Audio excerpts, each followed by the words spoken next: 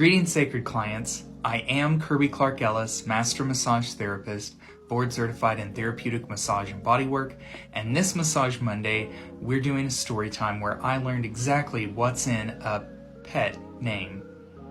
When I began studies with Blue Cliff College in the fall of 2013, I had a class called Therapeutic Communications, or TCOM class.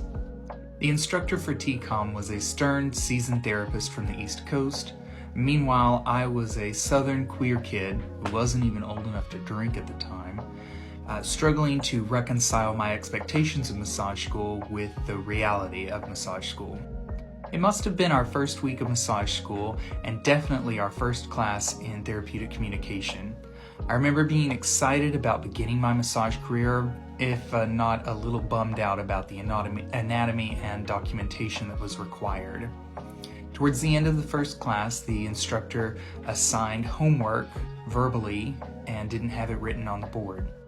As I scrambled to find a scrap of paper I could write down what I remembered of the verbal assignment, I asked mindlessly, "What were those page numbers again, honey?" "What did you just say?" The instructor's voice turned stern and cold, and I struggled to remember the last few things that I'd said. My mind was in a different place trying to remember the assignment. The instructor asked again, "Did you just call me hun?" And I thought about it and stumbled over something that probably sounded like, "Well, yeah, I probably did." It was nothing to me. I called everybody hun or honey at the time. It was just a habit of mine.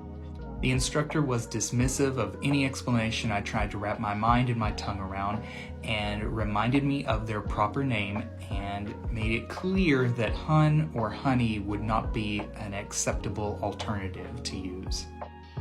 I remember my face getting red with embarrassment. It was the first week of classes, and already I was being called out by an instructor for something that was inherently queer, part of queer culture that I had picked up and just used mindlessly.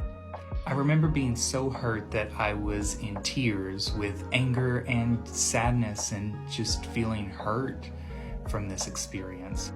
I didn't know it at the time, but that strict reprimanding was one of the greatest lessons I could have gotten in my first week of massage school.